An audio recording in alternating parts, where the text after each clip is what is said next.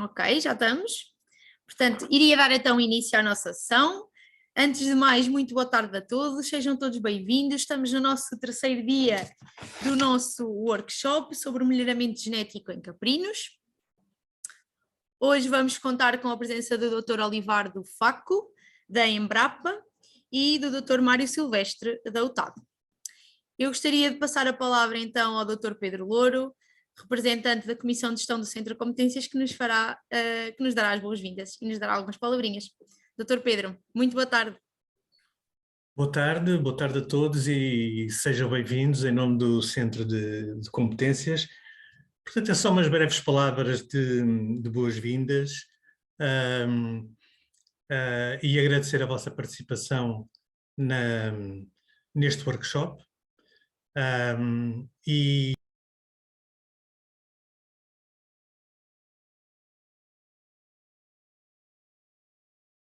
Dr. Pedro, eu penso que peço desculpa, penso que ficámos sem som. Ficamos todos sem som automaticamente, penso eu. Ok. Agora já me ouvem? Sim, peço desculpa. Se puder começar por peço imensa desculpa. Posso repetir. Boa tarde a todos e bem-vindos a mais um evento organizado pelo Centro de Competências da Caprinicultura. No fundo são meia dúzia de palavras, exatamente para vos dar as boas-vindas, desejar uma boa sessão de trabalho no programa que a Bárbara já fez o favor de divulgar para hoje, e lembrar-vos que amanhã também haverá uma última sessão deste workshop. Portanto, boa tarde a todos e bom trabalho. Muito obrigada, Dr. Pedro. Eu estava só aqui a tentar ver. Estava aqui uma pessoa a tentar entrar. Portanto, eu passaria então, dar início então à ação com o Dr. Olivardo Facco. O Dr. Olivardo possui graduação em Medicina Veterinária pela Universidade Estadual do Ceará, mestrado em Zootecnia pela Universidade Federal do Ceará e doutoramento em Zootecnia, programa de doutorado integrado em Zootecnia pela UFC. Em 2012 recebeu da Câmara Municipal da Morada Nova o título de cidadão Moradanovense. Agora apanha-me, Dr. Olivardo. Moradanovense, isso mesmo, Bárbara. Em reconhecimento ao trabalho de conservação e melhoramento genético de ovinos da raça Morada Nova. Muito bem. Em 2014 recebeu da Sociedade Brasileira de Recursos Genéticos o título Armando Teixeira Primo, categoria Curador de Recursos Genéticos Animais. Foi chefe adjunto de pesquisa e desenvolvimento da Embrapa Caprinos e Ovinos nos períodos de 2011 a 2013 e de 2015 a 2019. Atualmente é pesquisador da empresa brasileira de pesquisa agropecuária. Tem experiência na área da zootecnia, com ênfase em genética e melhoramento dos animais domésticos, atuando principalmente nos seguintes temas: melhoramento genético, seleção, cruzamentos, caprinos, ovinos e conservação de recursos genéticos. Dr. Olivardo, seja muito bem-vindo aqui ao nosso Centro de Competências. É uma honra tê-lo connosco e, caso queira, pode iniciar a sua sessão. Obrigada. Ok, Bárbara, muito obrigado. Obrigado, doutor Nuno Carolino, pelo convite. Obrigado a todos que organizam o evento, né? É um prazer estar aqui hoje para poder compartilhar um pouco do nosso trabalho à frente do Programa de Melhoramento Genético de Caprinos Leiteiros, que conduzimos aqui no Brasil, né, o Capragene, tá? Eu vou começar agora a tentar compartilhar minha tela, né, Bárbara? Só um momento. Sim.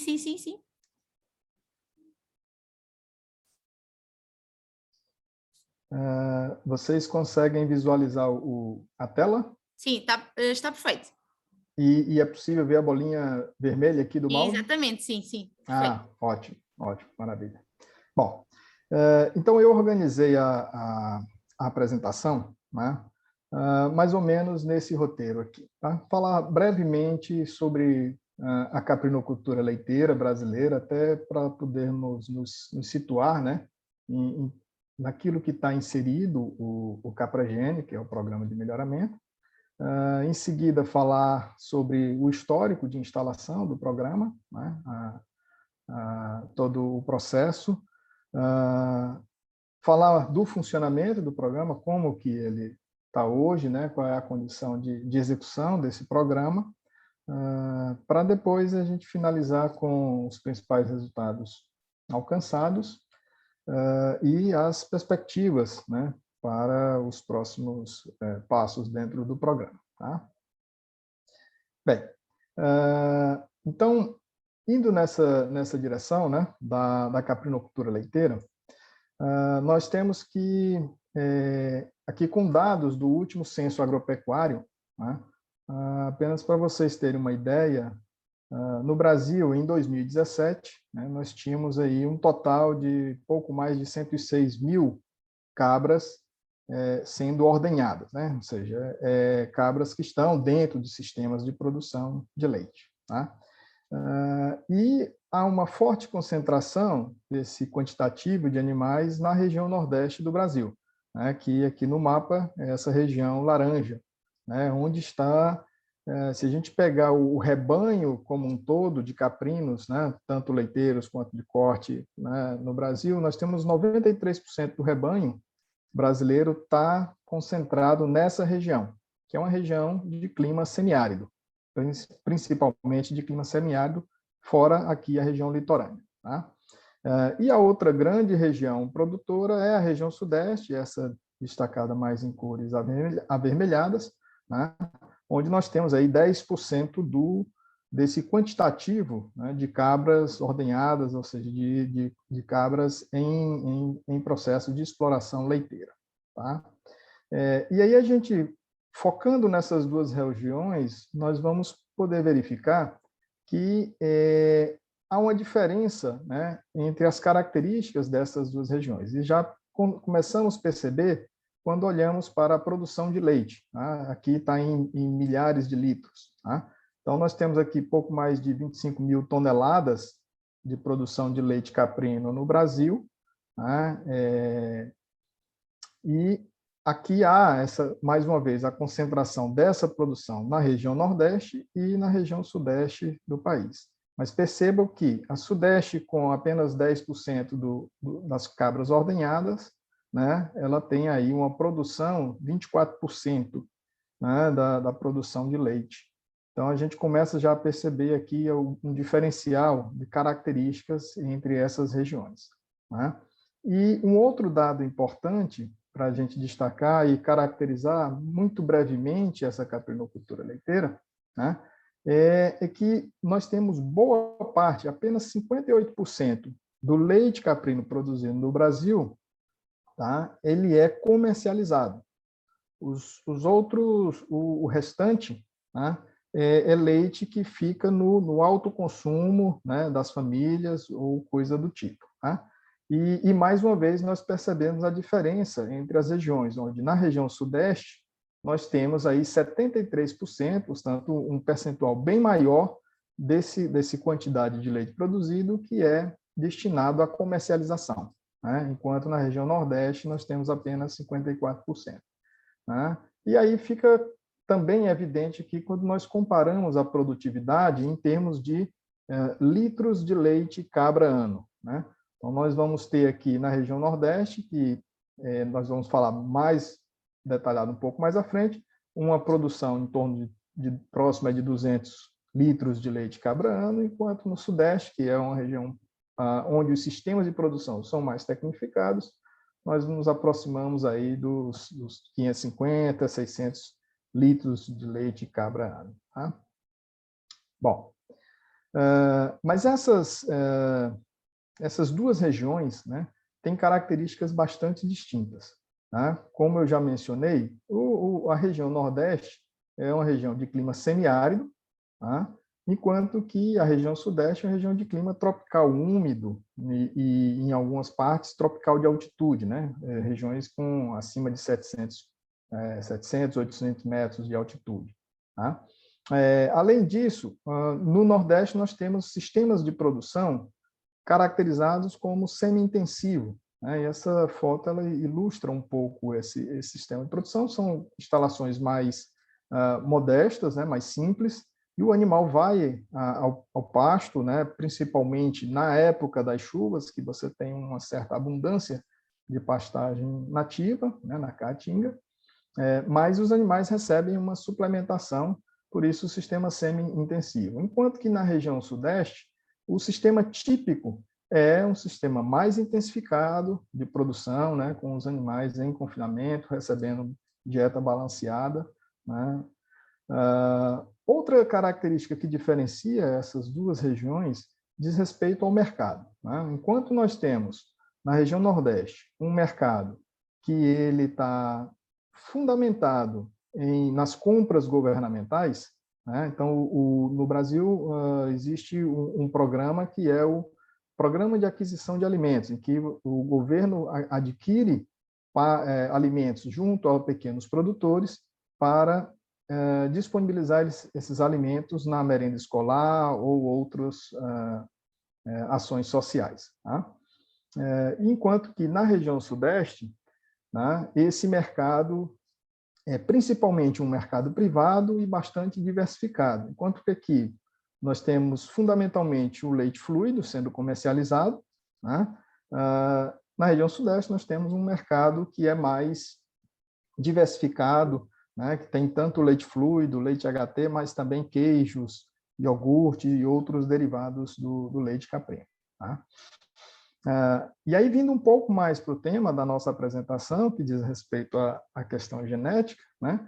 Nós temos na região Sudeste, na região Nordeste, melhor dizendo, são rebanhos de cabras multirraciais, na verdade, né? Você tem animais de diversas raças e, principalmente, nos anos mais recentes, uma forte introdução, né, de animais de raça especializada, mas em função do clima, né, das condições de ambiente mais restritivas, os criadores vão fazendo cruzamentos, mesmo entre essas raças especializadas, entre alpina, Saanen, Tog, dentre outras raças, né? Enquanto que no Sudeste é fundamentalmente uma situação como ilustra nessa foto, né?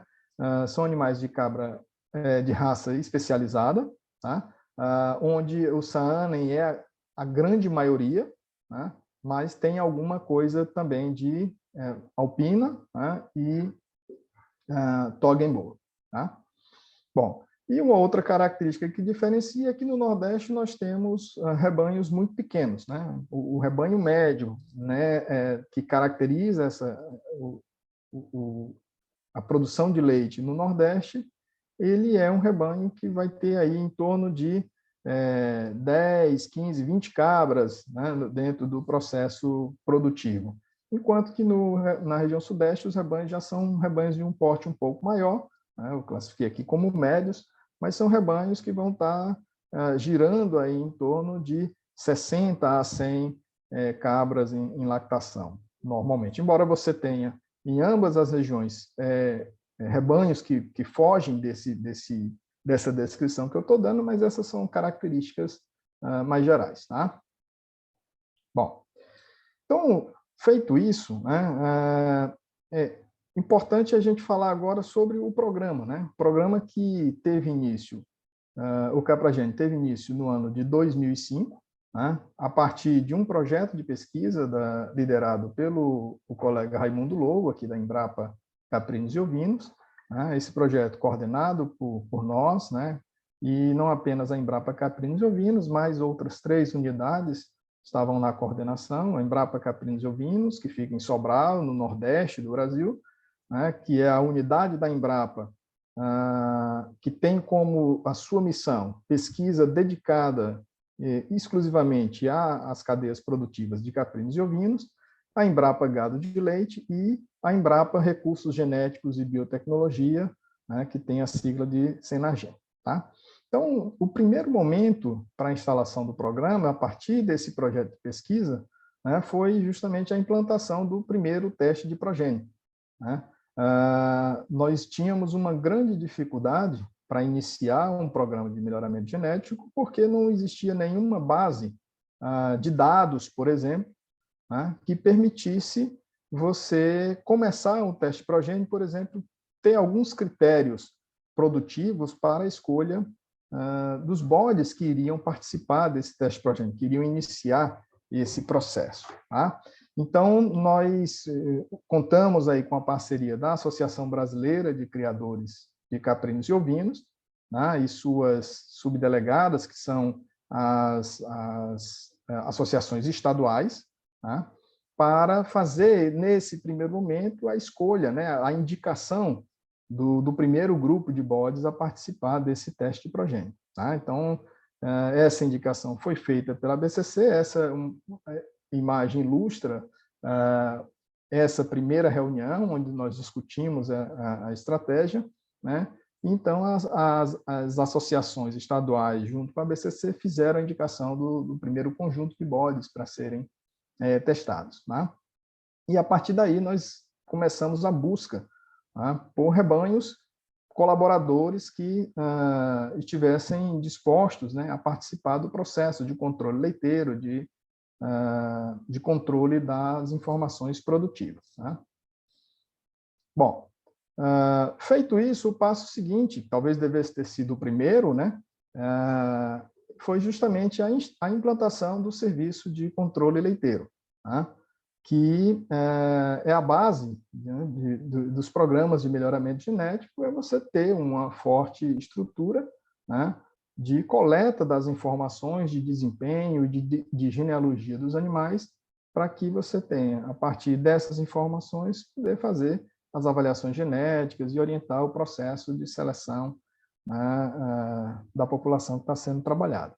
Então, nós tivemos uma negociação com o Ministério da Agricultura, né, Pecuária e Abastecimento e as associações, quando, a partir dessa negociação, foi firmado um convênio entre o Ministério da Agricultura e a Associação de Criadores de Caprinos e Ovinos do Estado de Minas Gerais, né, também chamada de Caprileite, originalmente chamada de Caprileite. Tá?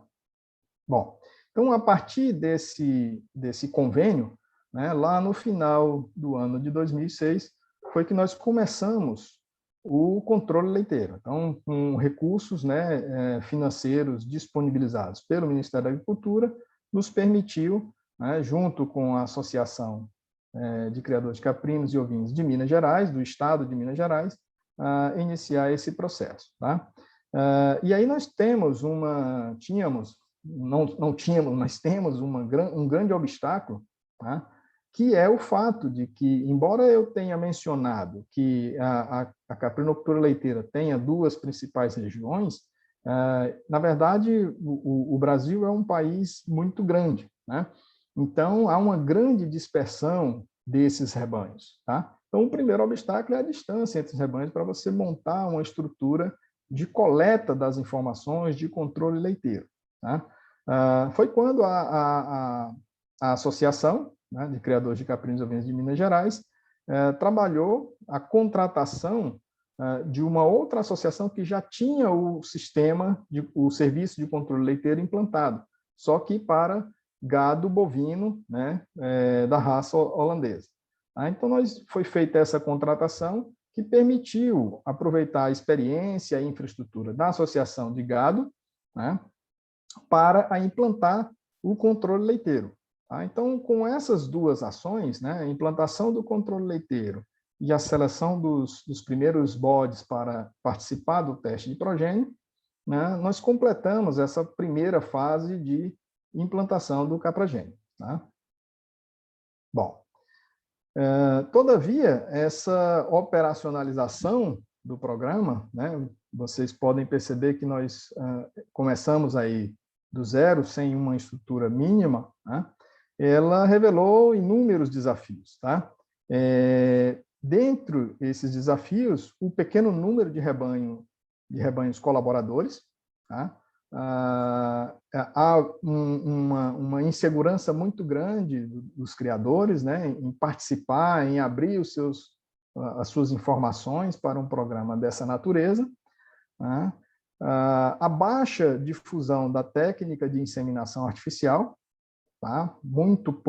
Era muito pouco utilizada no Brasil, e isso tem melhorado um pouco nos últimos anos, a gente vai falar um pouco mais na frente, tá? Mas isso fez com que nós tivéssemos, nesse primeiro momento, de 2005 a 2008, né, nessa fase de implantação, um número muito pequeno de progênio dos bodes em teste. Tá? Então, em 2009, nós, então, passamos por uma reformulação, né, fizemos uma discussão com a Associação de Criadores, tá? E alguns aspectos eu destaco nessa reformulação, né? O primeiro era que nós precisávamos trabalhar mais para fomentar o uso da inseminação artificial junto aos rebanhos, né? E para isso nós passamos a trabalhar o treinamento de produtores e manejadores para que eles próprios pudessem executar a técnica da inseminação artificial, né? Também passamos a realizar análise de qualidade do leite, né? Até 2009, basicamente o controle leiteiro era focado na quantidade de leite produzido, então a única informação que se coletava era a quantidade de leite produzido, né? E as informações de genealogia, principalmente. E também promover uma maior aproximação da equipe técnica do programa, e aí os técnicos da Embrapa e da associação, junto aos criadores, né? Então, a partir daí, nós passamos a ter reuniões anuais com os criadores participantes, né? E a cada ano, né, nós passamos a ter uma visita técnica a cada criatório, tá? Então, isso é uma vez por ano, no início, no verão, nós fazíamos essa visita técnica para poder estar mais próximo e sentir as dificuldades dos criadores, né? Essa visita técnica, né, só para vocês terem uma ideia, assim, em termos de dimensão do desafio, que é um programa desse, basicamente nos estados de Minas Gerais, Rio de Janeiro e São Paulo, compreendia um percurso de aproximadamente 3.000 quilômetros para rodar os rebanhos participantes, tá? Bom, e nessa trajetória, né, nós temos que o programa evoluiu, né, tem evoluído de lá para cá, né, só para a gente exemplificar, o processo de seleção dos bodes para o teste de progênie, ele começou no primeiro grupo, lá em 2005, né, no finalzinho de 2005, por indicação, baseada na genealogia dos animais, porque não se tinha nenhuma informação sólida, né, em termos de produção de leite das mães desses bodes, então foi um início em que a informação que se tinha disponível era genealogia e por isso foi fundamental o papel das associações para mediar essa indicação inicial.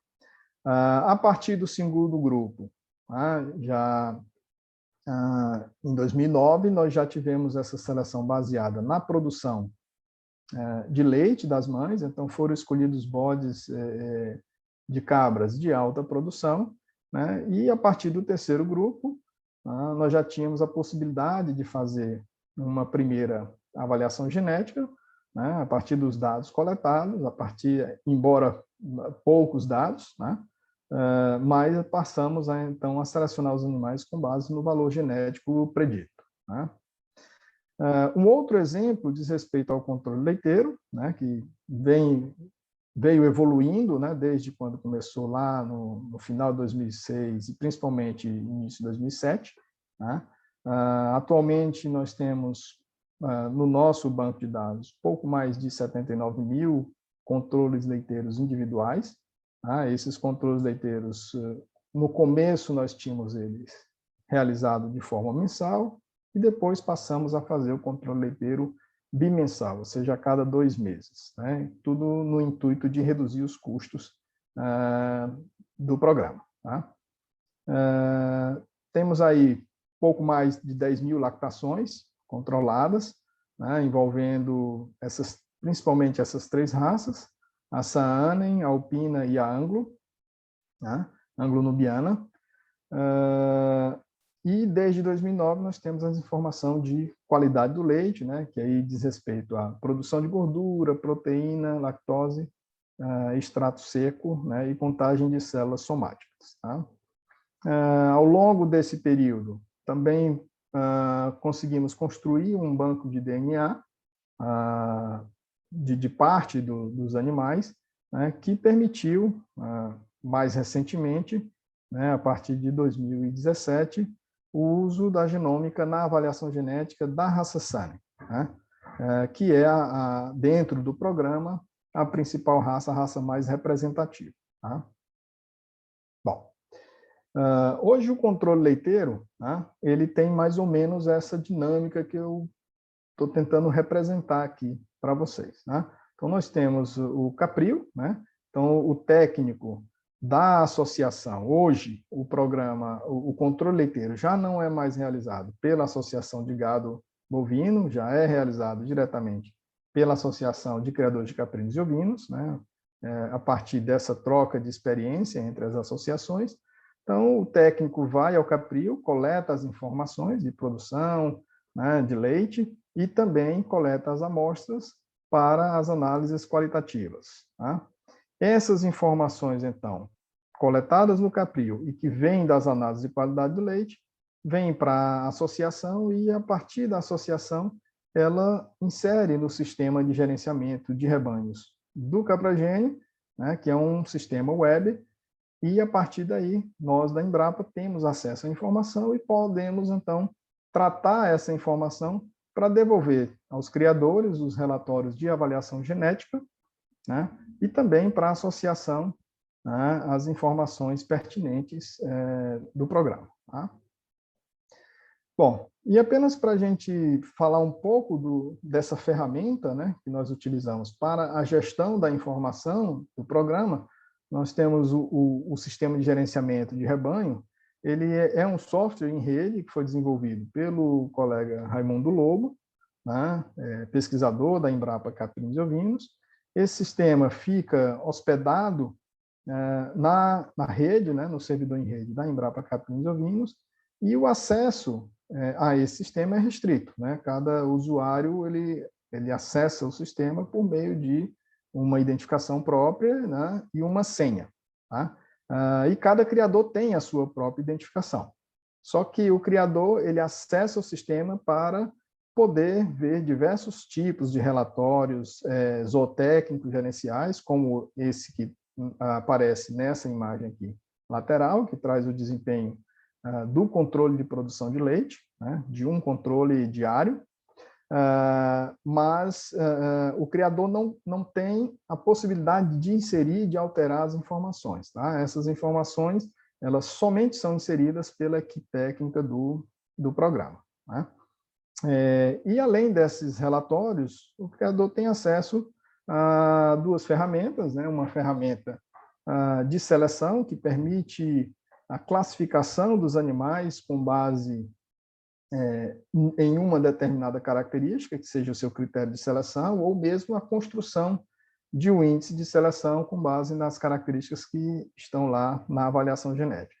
E uma segunda característica, que é uma ferramenta de acasalamentos, né? Que o produtor informa quais são os bodes que ele tem disponível e as cabras, e o sistema roda, né, uma sugestão de acasalamento com o propósito de maximizar o ganho genético, né, mantendo sob controle a endogamia ou a consanguinidade. Tá? Bem, e o programa usa, né, como eu destaquei desde o começo, né, usa a estratégia do teste progênio, né, que é uma estratégia que permite a avaliação de um reprodutor com base no desempenho da sua progênie. Né, é uma forma bastante segura e eficiente de se prever com precisão a capacidade prevista de transmissão de um bode, de um animal, né, de uma característica, principalmente o que nós temos utilizado como critério de seleção é a produção de leite. Né? Então, a partir do teste progênio, a gente consegue fazer isso, né? E a inseminação artificial é uma ferramenta fundamental nesse processo, pois ela facilita a conexão genética entre os rebanhos e, portanto, permite, né, nós executarmos a avaliação genética de forma adequada e, portanto, comparar os animais dos diferentes rebanhos. Né? Permite também a produção de um maior número de progênies dos reprodutores que estão em teste, além da disseminação do material genético superior, né, a partir desses bodes que são selecionados da população para serem testados. Tá? Bom, uma outra digamos, resultado desse processo, né, é o desenvolvimento da técnica Embrapa de inseminação artificial, tá, desenvolvida pelo colega Jefferson, que aparece aqui nessa foto, né, e ampla equipe de parceria com universidades, tá, do Brasil e de fora. É uma técnica que pode ser executada de maneira bastante rápida, em média de 30 segundos a 1 minuto, você consegue executar a técnica com uma taxa de deposição intrauterina, né, superior a 90%, né, e a taxa de concepção que Jefferson, né, e os próprios produtores têm alcançado tem sido uma taxa superior a 60%, tá? Isso, em média, obviamente, que você tem situações em que não se cuida de determinados detalhes e a técnica, obviamente, que não vai dar essa taxa de concepção, tá? Mas é uma taxa de concepção muito boa na nossa avaliação, principalmente considerando que aqui nós estamos trabalhando fundamentalmente com sêmen congelado, tá? E é uma técnica que, no nosso entendimento, né, favorece o bem-estar animal em função da rapidez. O animal é inseminado, a cabra é inseminada na sua posição natural, posição de estação, né, sem a necessidade de ser colocada de ponta cabeça, como outras técnicas mais tradicionais, né? E nós temos, nos últimos anos, trabalhado, né, a partir do Jefferson e a equipe dele, capacitações para a execução dessa técnica pelos próprios criadores, pelos próprios manejadores, né? Isso entendemos que é importante, porque dá mais autonomia, né, e permite que a inseminação artificial possa ser difundida. Isso tem sido uma experiência bastante interessante, porque vários criadores, né, principalmente aqueles que dispõem de uma infraestrutura mínima para poder ter um botijão de nitrogênio para conservar o sêmen, né, e vários produtores já têm isso na rotina do seu rebanho, né, sem depender de técnico especializado para ir lá e fazer essa inseminação artificial, tá? Bom, eu trago aqui também um quadro que demonstra um pouco da evolução do controle leiteiro ao longo desse período, né, desde 2006, que é quando efetivamente nós conseguimos implantar o controle leiteiro, né, e nós temos aqui nas barras azuis o número de cabras sob controle, né, e nessa linha laranja a quantidade de rebanhos participantes do programa, tá? Vocês vão poder perceber, né, aqui que nós começamos lá em 2006 com menos de 200 cabras sob controle, mas é a partir de 2007 que efetivamente esse controle leiteiro começa, né, a se expandir. Então saímos aqui de 3 rebanhos para algo em torno de 15 rebanhos participantes, né?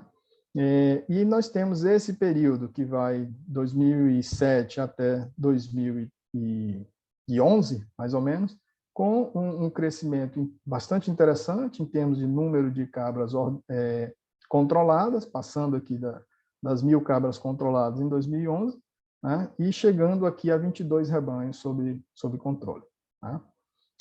Depois nós temos uma certa estabilidade, até uma queda em termos de número de rebanhos participantes, né, voltando aqui para algo em torno de 17 rebanhos, mas o número de cabras controladas continuou subindo até que nós chegamos em 2016 com quase aí 1.600 cabras em lactação, né? Na verdade, passamos de 1.600 em 2017, e mais recentemente, né, a partir de 2018, nós tivemos um processo, né, de crise econômica no Brasil, né? Não sei se vocês acompanham daí em que nível, né, mas isso impactou a atividade, os custos, né, e alguns criadores saíram, e em 2019 o programa perdeu, né, o financiamento público, né, que permitia a manutenção do controle leiteiro. O financiamento do MAPA foi interrompido em função da crise econômica e fiscal que o país enfrentou, e nós saímos, então, de aqui 17 rebanhos, né, nesse ano de 2018, para, no final de 2019, nós temos aí 7 rebanhos participantes, né? Em 2020, nós tivemos a pandemia, e isso não se alterou, mantivemos mais ou menos, e hoje o programa tem, no momento, 8 rebanhos sob controle. Bom, aqui um pouco dos dados, né, que nós temos utilizado, né? Esse aqui é o banco de dados utilizado na última avaliação genética da raça Saanen, que tem aproximadamente 80% dos dados, né, do banco de dados está em animais da raça Saanen, que foi utilizado na última avaliação genética. Então, nós estamos aqui próximo de 7.000 lactações que foram utilizadas na última avaliação, né, com uma característica de duração da lactação de em torno de 300 dias de média, tá? E uma produção, né, até 305 dias de lactação, com uma média aí de pouco mais de 700 quilos de leite produzidos nesse período aí de até 305 dias de lactação, tá? Bom, então, a partir do banco de DNA, né, que nós construímos e de recursos de projeto de pesquisa captado, permitiu que nós passemos a implantar, né, de forma ainda em uma escala muito pequena, o uso da seleção genômica, né, que é hoje certamente a ferramenta mais moderna de avaliação do potencial genético dos animais, né? E, a partir disso, permite que nós geremos as capacidades de transmissão dos animais, capacidades genômicas de transmissão, né? Preditas agora a partir não apenas do pedigree e dos fenótipos, mas também contando com as informações dos genótipos dos animais, né? Então, esses genótipos obtidos por marcadores do tipo SNP, né? E utilizando SNPs representativos de todo o genoma, tá? Na programação do nosso workshop aqui, acredito que o colega Marcos Vinícius, né, vai poder detalhar mais esse processo, né, de avaliação genética e genômica que nós temos utilizado no programa, mas aqui apenas para a gente destacar as principais vantagens do uso dessa ferramenta, né? Primeiro, a gente consegue uma confiabilidade maior na estimativa dos valores genéticos dos indivíduos, dos animais, né? Ainda é possível obter uma redução do intervalo de geração e, portanto, acelerar esse processo de melhoramento genético, né? Além de permitir a correção de possíveis erros de pedigree, né? Erros de genealogia que estão sempre presentes, né? Eventualmente estão presentes, né? Por erro de anotação ou outros fatores, tá? Bom, e periodicamente nós apresentamos os resultados para os produtores, né? Nós temos uma avaliação genética por ano, uma vez por ano é feita essa avaliação genética. Essa avaliação genética é, então, colocada no sistema de gerenciamento de rebanhos, e aí os criadores têm acesso à avaliação genética de cada indivíduo do seu rebanho, tá? Mas também, periodicamente, né, nós temos uma publicação na forma de um sumário de avaliação genética, em que são divulgados, né, as informações dos animais, né, os animais ranqueados aqui, por exemplo, para a produção de leite em até 305 dias de lactação, né? Então, nós informamos aqui os animais, a identificação dos animais, a sua capacidade prevista de transmissão genômica para a característica, nesse caso, produção de leite até 305 dias de lactação, a confiabilidade com que esse valor genético foi predito, né? E ainda se o animal está no teste progênie, né? Ou ainda o número de filhas, né? Com lactação utilizada na avaliação que esse animal tinha. Tá? Bem, e ao longo desse período, né? Nós temos aí de 2005, quando iniciamos o programa, esse gráfico nos traz a tendência genética observada para a característica produção de leite em até 305 dias de lactação na raça Sami. Né? Nós podemos perceber que nesse período, que vai de 2005 a 2009, e que corresponde ao período de instalação do programa, né? Ou seja, início do controle leiteiro, início do teste de desempenho, nós podemos perceber uma grande oscilação, né, no valor genético médio dos indivíduos para a característica produção de leite, mas a partir de 2009, que é quando os criadores têm acesso à sua primeira avaliação genética, né, nós podemos perceber, então, que a partir de 2009, esse valor genético para a produção de leite começa, então, a ter uma tendência de elevação ano a ano de maneira bastante evidente, tá? Com um ganho genético anual aí da ordem de 6,3 quilos, né, por lactação, até 305 dias de lactação, né, que, assim, de certa forma, mostra uma efetividade do trabalho. Por outro lado, nós sabemos que esse ganho genético ainda é bastante aquém daquilo que poderia ser obtido, né, se nós conseguirmos ampliar a população trabalhada, né, e melhorar alguns processos, desde controle leiteiro, né, até toda a gestão do programa e de seleção e dos acasalamentos. Tá? Então, é possível você dobrar esse ganho ou até mesmo triplicar, né, a partir daí. Bom, então, me encaminhando mais para o final da apresentação e nós podemos abrir para perguntas, né, esclarecimentos.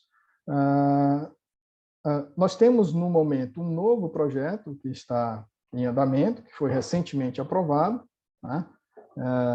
Embora estejamos com várias dificuldades, né, de liberação dos recursos, mas esse novo projeto prevê uma série de avanços, né? O primeiro que é avançar mais na seleção genômica, genotipar um quantitativo maior de animais, né, que permita nós aumentarmos a nossa população referência, né? Também combinar esse processo, né, de avaliação genética e genômica com a transferência de embriões para que nós possamos produzir os bodes para o teste de progênie. Né? Então, você trabalhar esse processo de acasalamento já com o foco de produzir os bodes para o teste de progênie usando a informação genômica. Tá? Um outro aspecto que nós estamos para iniciar é a implantação de uma avaliação morfológica, né, uma avaliação linear de tipo, né, com foco, né, a você não ter atenção apenas para a característica de produção, mas também ter um olhar, né, para essa questão da morfologia, principalmente tendo em vista o bem-estar animal, né, e principalmente tendo em vista uma maior eficiência de produção e longevidade desses animais no sistema de produção. Tá? Também temos previsto nesse novo projeto um estudo de associação genômica ampla, né, onde o objetivo é identificar marcadores moleculares associados à resistência à artrite encefalite caprina, né, que é uma doença presente nos nossos rebanhos leiteiros, né, e que nós sabemos que trazem prejuízos econômicos. Tá?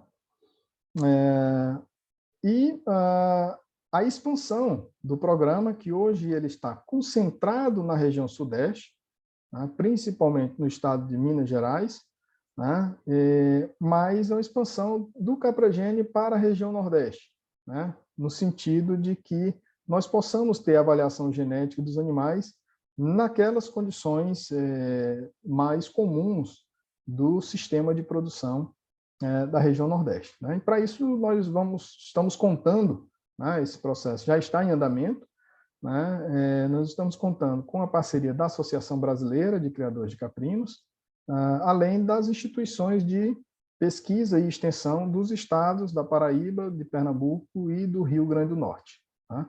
A ideia, nesse momento, nós estamos no processo de capacitação dos técnicos para a implantação do serviço de controle leiteiro, né? E a partir daí nós vamos iniciar também o uso do sêmen para conectar os rebanhos e, portanto, permitir a avaliação dos animais naquelas condições típicas da região Nordeste. Bom, mas nós temos aí um grande desafio, né? O desafio da sustentabilidade do programa, tá? Como vocês puderam perceber naquele gráfico que eu mostrei do número de cabras sob controle e número de rebanhos, essa dependência de recursos governamentais traz uma grande fragilidade para um programa de melhoramento genético como esse, né? Porque essa dependência nos deixa muito sujeito a oscilações, né, que ciclicamente ocorrem, né, em função de alguma crise fiscal, alguma crise econômica do país. Então, essa dependência é uma grande fragilidade. Outra coisa é trabalhar para reduzir os custos do controle leiteiro, né? Temos discutido um pouco isso com as associações, como estratégias de reduzir os custos do controle leiteiro, né? Mas nenhuma dessas estratégias, no nosso entendimento, vai funcionar se nós não construirmos novos caminhos que permitam uma diferenciação mercadológica e agregação de valor aos produtos do programa, ou seja, uma agregação de valor e uma diferenciação dos reprodutores, matrizes, sêmen e embriões, né? O mercado de genética no Brasil, né, ele ainda se encontra muito associado, né, a essa questão de exposição, de animais que participam de exposição, que é campeão da exposição A, B ou C. Isso ainda agrega muito valor e, às vezes, até mais valor do que a participação num programa de melhoramento genético. Então, isso precisa ser mudado. Porque, a partir disso aí, nós acreditamos que poderá ser produzido, né, um aumento de receitas por parte dos criadores participantes do programa para fazer frente aos custos que são inerentes a um programa de melhoramento genético, né? Então, todo esse processo de controle leiteiro e a série de outros aspectos geram custos adicionais que não podem ser pagos apenas em função da produção de leite. É preciso que a comercialização do material genético produzido a partir desse processo gere esse aumento de receitas, tá? Bom, e encaminhando então para o final, eu gostaria de dizer assim, o Capragene é o único programa de melhoramento genético no Brasil para a produção de leite na espécie caprina, tá? É a mais longa e ininterrupta iniciativa dessa natureza. O Brasil não tem uma tradição de condução de programas de melhoramento genético na espécie caprina e também, posso dizer, certamente também na espécie ovina, né? E fora do Capragene, o que nós temos é uma seleção empírica feita por criadores individualmente, né? Alguns muito capazes, mas isso acaba tendo um impacto muito limitado por esse isolamento, né? E a outra alternativa é a importação de material genético, né? Principalmente da França, dos Estados Unidos, são as duas principais fontes, mais recentemente agora da Espanha, né? Mas é uma importação que tem restrições por questões sanitárias e também por questões econômicas, além de que esses animais importados são selecionados em condições de produção diferentes daquelas que nós encontramos no Brasil. e, portanto, nem sempre esse material genético vai ser o mais adequado para a realidade dos produtores brasileiros. Tá? Bom, então nós temos aí, já são 16 anos, né, que nós começamos o Capragênio, e esse trabalho árduo, né, permitiu que nós fundássemos aí novas bases para o melhoramento genético de caprinos no Brasil, de certa forma minimizando essa dependência de material genético externo, pelo menos de caprino especializado para a produção de leite, né, e ajudando a elevar a produtividade, a competitividade da cadeia produtiva do leite caprino no Brasil. E isso só foi possível em função das parcerias, né? Principalmente a nossa parceria com a Associação de Criadores de Caprinos e Ovinos de Minas Gerais, que permitiu prover um ativo antes inexistente no Brasil, né? Que é o quê? Reprodutores e matrizes caprinos avaliados de forma objetiva, né, quanto ao método genético para a produção de leite nas condições brasileiras. Tá?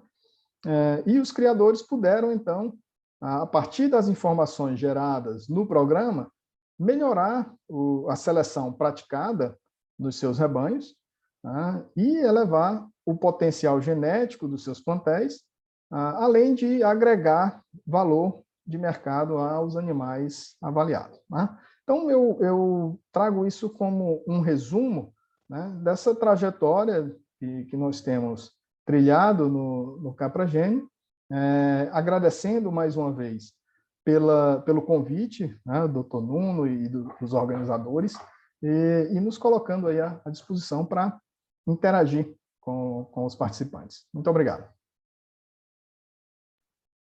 Obrigada a nós, Dr. Olivardo. Olha, eu não sei se não se importa, nós deixamos as perguntas para o fim e passaríamos à apresentação do Dr. Mário Silvestre, não há problema?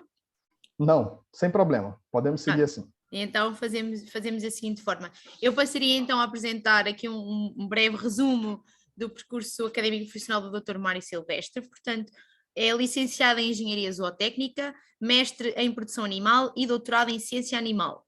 É professor auxiliar com agregação do Departamento de Zootecnia da UTAD. Realiza trabalho de investigação desenvolvido principalmente na área do melhoramento animal e conservação de recursos genéticos. Autor e coautor de 18 artigos em revistas científicas, 2 capítulos de livros, 16 artigos em revistas científicas com arbitragem científica, 32 comunicações em reuniões científicas internacionais e 68 em reuniões científicas nacionais.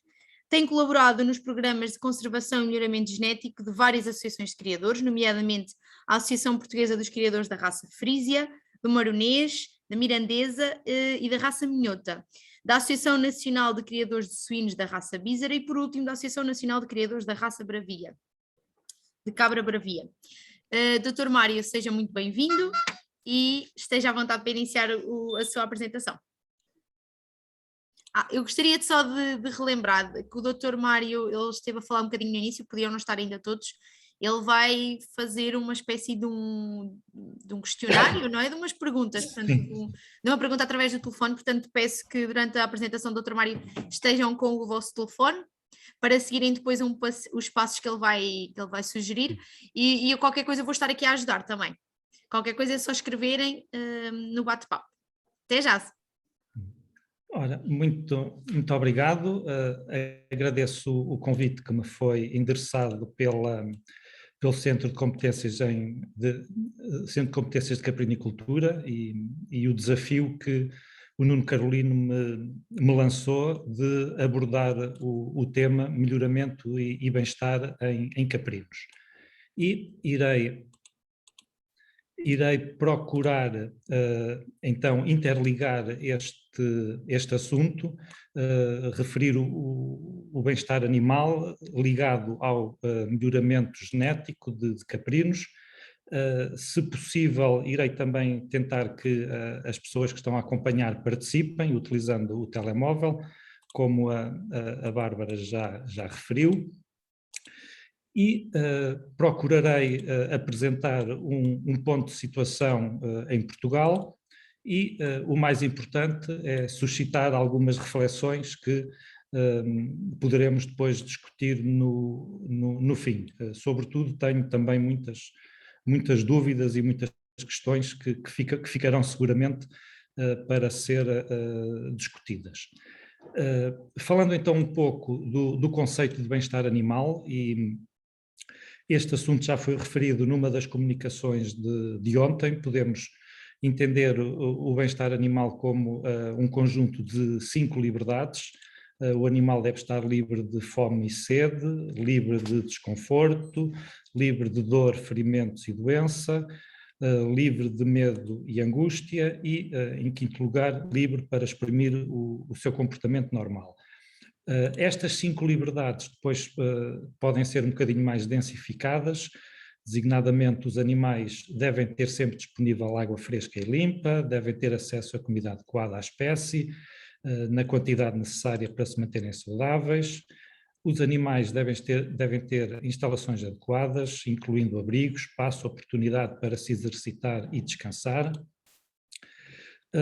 Devem ser protegidos da dor, sofrimento e doença, devem ser tratados quando estão doentes ou feridos e devem ter companhia adequada. As condições e os tratamentos devem evitar o sofrimento mental e devem ter espaço suficiente e instalações adequadas que permitam que se comportem normalmente. Esta é uma abordagem que é aceita em termos de comunidade científica. Existem outras, esta que aqui está representada, que também já foi apresentada com muito detalhe numa comunicação de ontem e que por isso eu vou passar aqui mais rapidamente, enquadra o bem-estar animal em 4 princípios e 12 critérios. O princípio da alimentação, que tem aqui o critério da ausência de fome, ausência de sede, depois mais o princípio do alojamento, saúde, comportamento. Não vou estar agora aqui a entrar em muitos detalhes, até que isto já foi referido numa comunicação de ontem, mas é importante termos a noção de quando estamos a falar de bem-estar animal, de que é que estamos efetivamente a falar. E se não podemos estar o risco a falar de coisas diferentes. E é também muito importante contextualizar se estamos a falar do bem-estar animal, do animal selvagem, que tanto pode ser em meio natural como o bem-estar animal de animal selvagem em parques zoológicos, são abordagens completamente distintas. Assim como podemos ter o bem-estar do animal doméstico de companhia ou do animal doméstico de produção.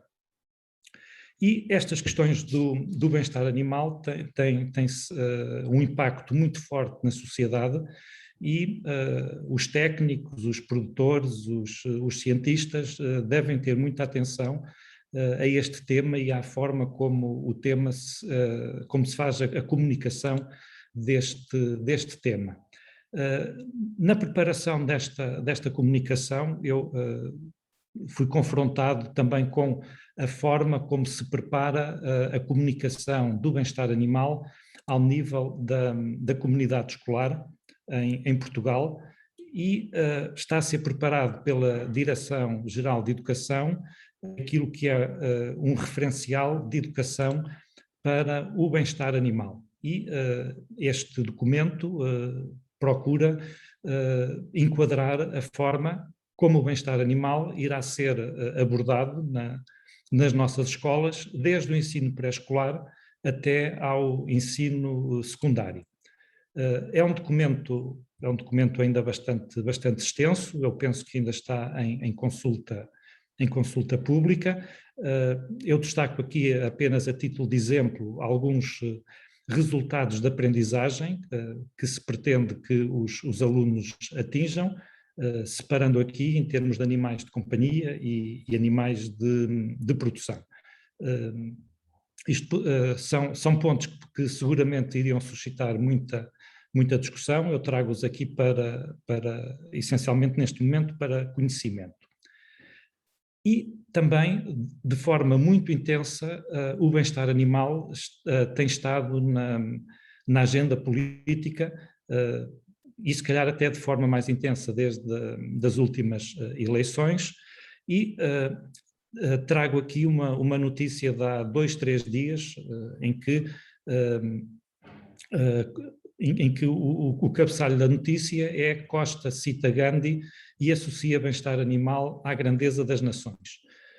São então o tema do bem-estar animal, como estou a procurar transmitir, é algo de muito importante, com muito impacto ao nível da sociedade e que, por esta razão, os criadores e as associações devem estar muito atentos a estas questões.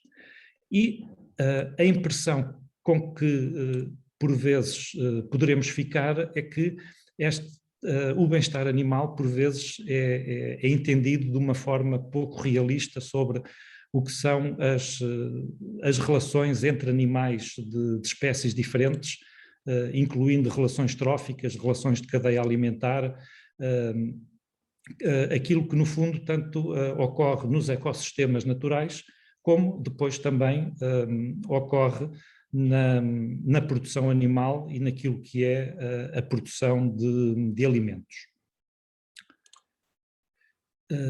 Trazia também aqui um exemplo sobre a forma, por vezes polémica, como alguns destes temas são abordados em termos mediáticos, e vou tentar agora partilhar não o PowerPoint, mas uma página uma notícia. Penso que já estarão aqui a ver uma imagem de uma girafa. Exatamente, sim, estamos a ver. Ok, obrigado pelo feedback. E isto é uma notícia que já tem alguns anos, mas que ilustra um bocadinho esta questão do impacto do bem-estar animal e da percepção por parte da sociedade. É a notícia de uma girafa, a girafa Marius, que foi abatida, foi sacrificada num jardim zoológico, e isto teve um grande impacto na comunicação social. Depois poderão também consultar esta notícia com mais algum detalhe, porque as pessoas tiveram dificuldade em perceber porque é que estaria um jardim zoológico a abater um animal saudável. E o jardim zoológico optou por fazer uma ação de educação, em que mostrou depois a carcaça da girafa a ser dissecada, a ser esquartejada, e foi utilizada depois como alimento para os animais, neste caso para leões. E isto foi algo que foi alvo de um forte impacto e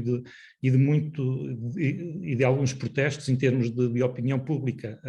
A opinião pública não tinha a noção de que os zoológicos, para gerirem as populações de animais selvagens em cativeiro, têm que abater animais, e a ideia de fazer desta ação uma ação educativa suscitou aqui bastante controvérsia. Então, vou agora voltar para o PowerPoint.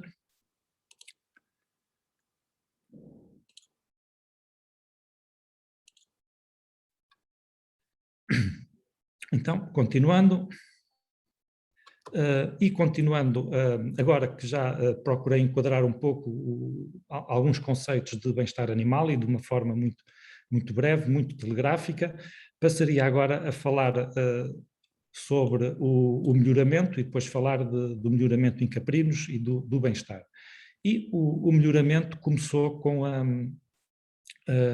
humanidade moderna, começou há cerca de 200, 300 mil anos, e o melhoramento começou com a domesticação daquele que terá sido o primeiro animal doméstico, o cão, que terá ocorrido há cerca de 30 mil anos. Aqui o cão tinha funções de guarda, de caça, de companhia, não de animal doméstico para produzir alimento. os primeiros animais domésticos para a produção de alimento, de trabalho, de vestuário, etc., terão sido os caprinos, domesticados há 10 mil anos na zona da Mesopotâmia. E quando falamos de melhoramento, aquilo que ocorreu ao longo do tempo foi a seleção de reprodutores efetuada pelo homem, que possibilitou a criação de uma enorme diversidade de raças de caprinos que servem diferentes objetivos, sejam eles a produção de carne ou a produção de laticínios. É um processo que ocorreu ao longo do tempo e que deu origem a raças de caprinos completamente distintas e que hoje conhecemos. Isto foi feito pelo homem de forma empírica e ao longo de muitas e muitas gerações, até à atualidade. E na atualidade temos aqui alguns exemplos de raças de caprinos especializadas na produção de leite, na produção de carne, na produção de fibra. Aquilo que aconteceu mais recentemente na história da humanidade é que esta prática intuitiva evoluiu para conhecimento científico, para uma técnica. E, como o orador anterior referiu, para que o melhoramento seja uma aplicação técnica de conhecimento científico, é necessário haver recolha de informação, é necessário haver toda uma estrutura de apoio para esse efeito. Um exemplo em como a abordagem do melhoramento animal enquanto ciência, enquanto técnica, é extremamente útil, é, por exemplo, a seleção de reprodutores machos para a produção de leite, em que, neste caso, é uma característica limitada ao sexo e os machos são extremamente importantes em termos de progresso genético e resposta à seleção. Outro ponto que é importante termos presente é que se a seleção artificial, o melhoramento genético implementado pelo homem desencadeou a formação das raças que conhecemos atualmente, a seleção natural continua a estar sempre presente e é a seleção natural que garante que os animais estão bem adaptados ao meio ambiente em que são explorados. E podem ser, no caso dos caprinos, condições ambientais bastante difíceis, como aqui um exemplo no norte da África,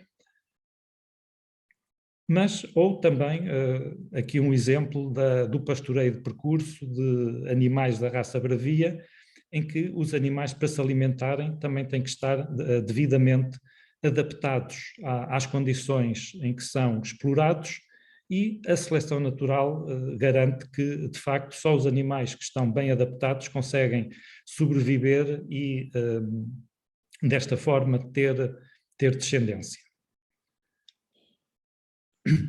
Então, agora pedia à audiência, desafiava quem quisesse colaborar aqui numa pequena atividade. É uma participação absolutamente anónima. Terão apenas que escrever este endereço no telemóvel e depois irá aparecer uma janela com o aspecto que aqui está, e nesta janela deverão escrever o número 57.964. Para este efeito, eu terei também que sair do PowerPoint.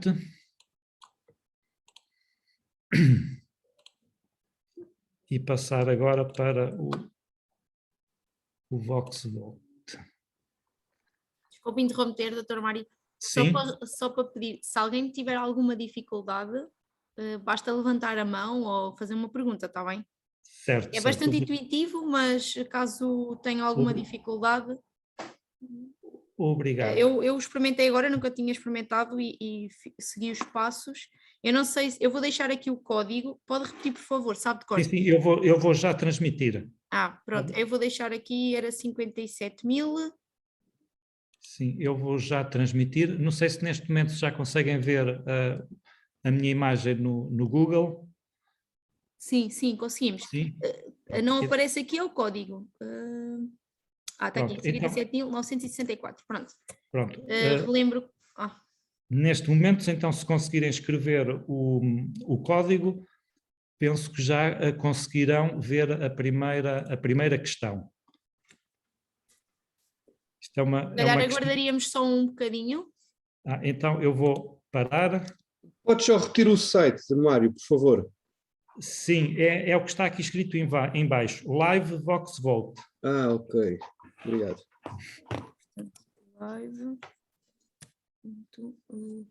Então, eu vou fazer aqui mais um pequeno compasso de espera.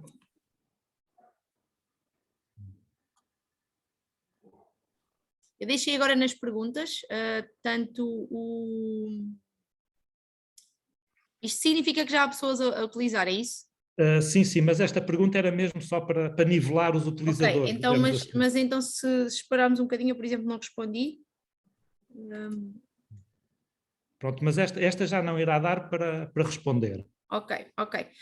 Vamos, eu não sei qual é que será a melhor maneira para perceber se temos ou não as pessoas a te experimentar.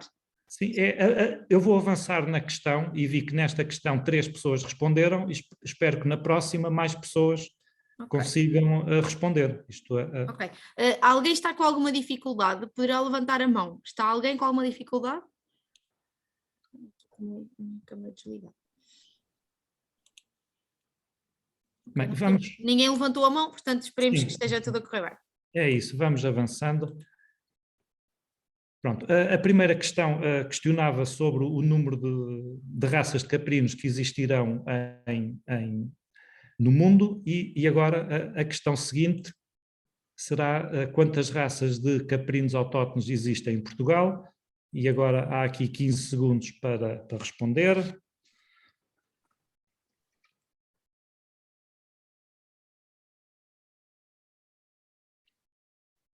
Muito bem. 13 pessoas, é bastante bom. Sim, já estamos aqui numa trajetória exponencial, passámos de 3 para 13 e, de facto, a maior parte das pessoas acertaram aqui na questão.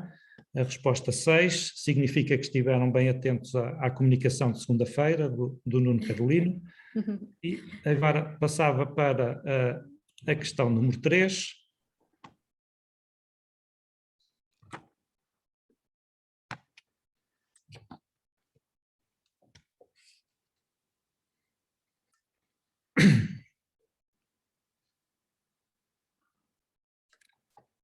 Ora, agora perdemos três utilizadores, espero que ninguém se tenha inibido, mas está aqui também bem identificado uma imagem de um animal da raça serrana. Agora a questão seguinte.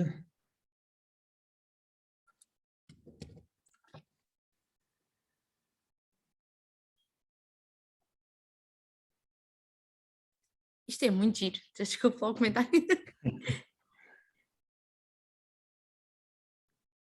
Ok, muito bem. 11 votantes e a esmagadora acertou, um animal da raça bravia.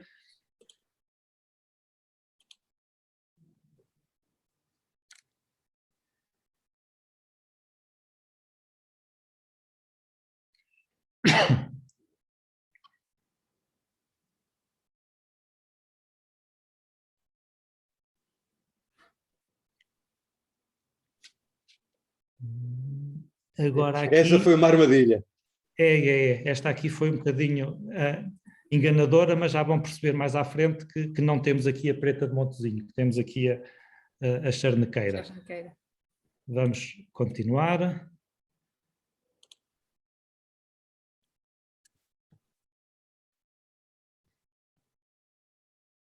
Bem, por exclusão de partes, na última, toda a gente tem que acertar. Sim. Ok, muito bem, a maior parte das pessoas acertou na Algarvia. Agora, eu estava na expectativa era de ver mais do que 11 participantes. Mas 11 já é muito bom. Então, está explicada a ratoeira. de aparecer esta. Agora não me está a aparecer a pergunta. Eu tenho o telemóvel bloqueado, não está... Já começou. Agora já já vai está. aparecer. Já vai aparecer.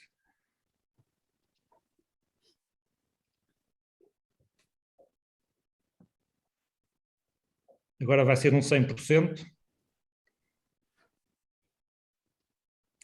Estivemos pertinho do 100% e já temos aqui 12 utilizadores. Muito bem. Então, passar aqui para mais uma questão.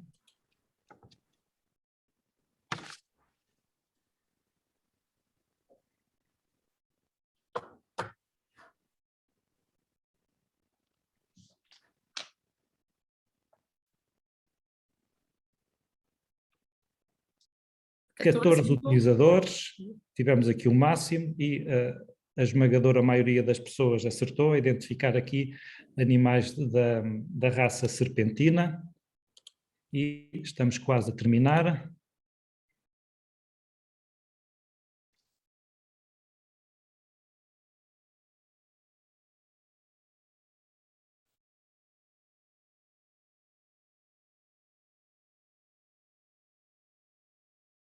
Pronto. Aqui é que estava mesmo uma questão ratoeira, porque aqui era impossível responder de forma correta, simplesmente porque não há aqui nenhuma resposta correta. Ou seja, estão aqui uma imagem de caprinos selvagens, a capra pirinaica, de uma população que existe atualmente no Gerês. Então, essa é uma pergunta um bocadinho só para despoltar o assunto. E aquilo que agora queria trazer aqui, por juntar os caprinos selvagens, é, na sua opinião, em que população ou raça se encontrarão melhores indicadores de bem-estar animal. Aqui já estou a incluir os 6 autóctonos portugueses com a capra pirinaica.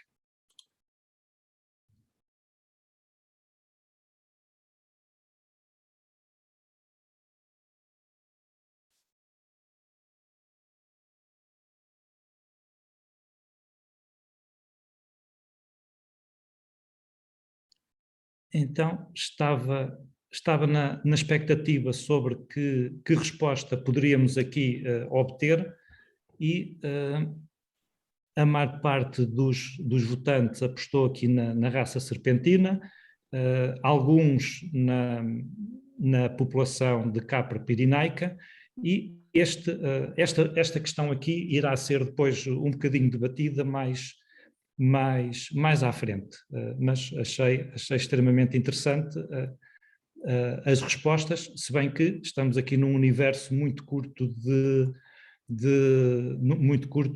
pessoas e eu quase que me atrevia a adivinhar o voto de alguns dos presentes. Então, agradeço a colaboração e iria agora voltar para o PowerPoint. Olha, aproveito para dizer muitos parabéns, isto é muito interessante para a audiência, é muito giro. Nunca tinha visto, nunca tinha assistido, nem nunca tinha utilizado, isto é muito interessante. Pronto, eu também nunca tinha utilizado assim num contexto destes, não fazia ideia como é que iria resultar. Então, avançando aqui um bocadinho, de facto existem atualmente no mundo cerca de 500 a 600 raças de caprinos, já aqui foram abordadas alguns exemplos de raças mais conhecidas e em Portugal temos 6 raças de caprinos autóctonos. Uma boa fonte de informação é o Ruralbit, que foi ontem aqui bastante falado na apresentação foi apresentado pelo engenheiro Manuel Silveira. Tem de caprinos, mas também de todas as outras espécies de autóctonos. Sites como o Anidop também são boas fontes de informação. Foi recentemente publicado o catálogo oficial das raças autóctones portuguesas, com todas as raças de todas as espécies. Estão aqui os caprinos, mas também estão das outras espécies. E, rapidamente, as 6 raças, a algarvia, a bravia, a preta de Montezinho, a charnequeira, a serrana, a serpentina e temos também, temos então 6 caprinos autóctones em Portugal, mas temos também algumas raças de caprinos exóticos. Penso que o engenheiro Manuel Silveira falou ontem de 3 raças com livro genealógico organizado. Temos também em Portugal, e de alguma forma ainda bastante recente, um núcleo, uma pequena população de caprinos selvagens no Gerês, a cabra monteja ou cabra pirinaica, que será também uma população de caprinos a considerar e a gerir.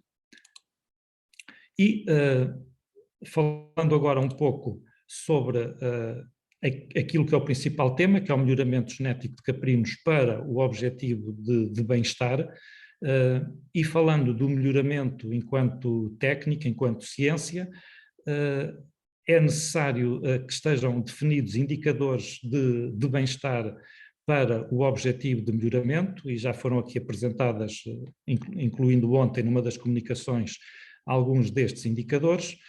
E depois temos que ter informação fenotípica disponível, genealógica, fazer uma primeira abordagem para percebermos se temos parâmetros genéticos adequados para o melhoramento genético, avaliar a heritabilidade, a variabilidade genética, a variabilidade fenotípica, etc. E se de facto estivermos a falar de características que se transmitem de pais para filhos, podemos fazer a avaliação genética e a seleção de reprodutores e depois procurar que os melhores reprodutores sejam efetivamente utilizados. O fluxo de informação implica que exista recolha de informação fenotípica e genealógica e depois toda uma estrutura capaz de gerir esta informação. Esta estrutura, a complexidade desta estrutura ficou bem patente, quer na comunicação de ontem, do engenheiro Manuel Silveira, quer na comunicação que foi hoje apresentada pelo colega Olivardo. E o objetivo é ter um processo cíclico de avaliações genéticas que poderão também incluir aqui a genómica, e sobre este tema o dia da manhã está muito bem representado. Aquilo que se pretende é que, de uma forma científica, desenvolver bons emparelhamentos de acordo com os objetivos de melhoramento que aqui estamos a considerar, a privilegiar o bem-estar animal. E queria trazer aqui um exemplo que, assim um bocadinho pelo absurdo e que não é em caprinos, de uma situação em como o melhoramento prejudica objetivamente o bem-estar animal. Isto é uma notícia que está aqui o link, poderão depois consultar com detalhe a notícia, mas de uma forma rápida, o melhoramento genético para características que podemos considerar de beleza, aqui neste caso cães com focinho curto, implica respostas correlacionadas que acarretam, que prejudicam o bem-estar dos animais. São animais conhecidos por terem complicações respiratórias bastante acentuadas. Voltando ao melhoramento de caprinos, pensando no bem-estar, a avaliação genética para o tipo, para a morfologia, favorece a longevidade produtiva, favorece o bem-estar dos animais, facilidade de parto, etc. São outros exemplos que se poderiam apresentar. Curiosamente, em termos de publicações científicas, e fazendo assim uma pesquisa muito rápida do tema Welfare Goat Breeding, não é muito fácil encontrar trabalho científico que esteja focado neste tema, em caprinos. Também por contraste ou por oposição, procurar o mesmo tema, mas agora em bovinos, e se aqui acrescentasse bovinos de leite ainda vinha mais acentuado. Já existe bastante publicação científica com foco neste tema. Depois, outro ponto que penso que é importante termos em consideração é que falar de melhoramento, seja de que característica for, entendo que deve ser sempre abordado de uma forma holística, de uma forma geral, que é bem traduzida aqui pela fórmula mais famosa do melhoramento genético, que nos diz que o fenótipo é igual ao genótipo mais o ambiente. Quando nós falamos de melhoramento genético, estamos focados nos genes, mas depois a expressão destes genes é sempre condicionada pelas condições ambientais, e as condições ambientais podem também ser melhoradas. E na comunicação de ontem, do professor Gerardo Caja, muito se falou em termos de que forma que a tecnologia pode contribuir para melhorar o bem-estar animal, mas também a alimentação, a sanidade, etc. Depois, outro ponto importante, falando de raças caprinas portuguesas, é sempre a questão da conservação versus melhoramento genético. Esta questão também já foi muito bem abordada na comunicação de segunda-feira pelo Nuno Carolino, mas de uma forma rápida. Este gráfico apresenta a evolução do número de fêmeas exploradas em linha pura, é adaptado de Carolino e colaboradores, vai até o ano 2013 e mostra bem a situação diversa que existe entre as 6 raças autóctones. E procurando agora atualizar, e é aqui que eu quero dar maior ênfase, o ano de 2013 com dados mais recentes, agora de 2019, dados adaptados do catálogo oficial de raças autóctones portuguesas. Existe aqui uma tendência de 2013 para o ano de 2019, uma tendência preocupante de decréscimo na maior parte das raças, e decréscimos muito acentuados, como por exemplo na raça charnequeira. Apenas a preta de Montezinho teve aqui uma oscilação favorável que se registra, e a serpentina praticamente mantém-se constante. E tenho alguma curiosidade em saber qual será o ponto atual da situação. Depois, continuando aqui na questão da necessidade de conservação versus melhoramento genético, também adaptado de Carolina e colaboradores, está aqui um quadro que eu penso que é bastante elucidativo sobre a situação das várias raças, em vários critérios, que vão desde o número de fêmeas em linha pura até ao número de machos. Curiosamente, aquele critério que eu penso que seria mais interessante, o tamanho efetivo, não está aqui representado. O tamanho efetivo representa o número de indivíduos reprodutores que teria a raça se fosse ideal para o aumento de consanguinidade observado. É um indicador que permite ter uma estimativa da variação da consanguinidade por geração, e que permite também comparar raças diferentes. A FAO recomenda que o tamanho efetivo deva ser superior a 50 para termos variações de consanguinidade por geração inferiores a 1%. Nas raças caprinas portuguesas existe, em algumas delas, de forma mais acentuada, alguma dificuldade no conhecimento das genealogias, designadamente a identificação do pai. O Nuno Carolino também se referiu a este aspecto, agora deu alguns indicadores que agora não me recordo, penso que serão conhecimentos na ordem dos 20% ou 30%. O engenheiro Manuel Silveira ontem deixou aqui algumas boas notícias de como a tecnologia, os SNPs também poderão contribuir para melhorar o conhecimento das paternidades. Em Portugal também, de acordo com a portaria que está aqui citada, todas as raças portuguesas estão oficialmente, digamos assim, em risco de extinção, com níveis de extinção diferentes entre elas, mesmo assim, sendo a preta de Montezinho a que está no risco mais elevado. E procurando aproximar-me do fim, iria aqui apresentar a curva do bem-estar animal, aqui no eixo do Y, em função do processo de domesticação e melhoramento das raças. Esta curva foi adaptada aqui do Model Farm Project. Está também aqui em link a referência.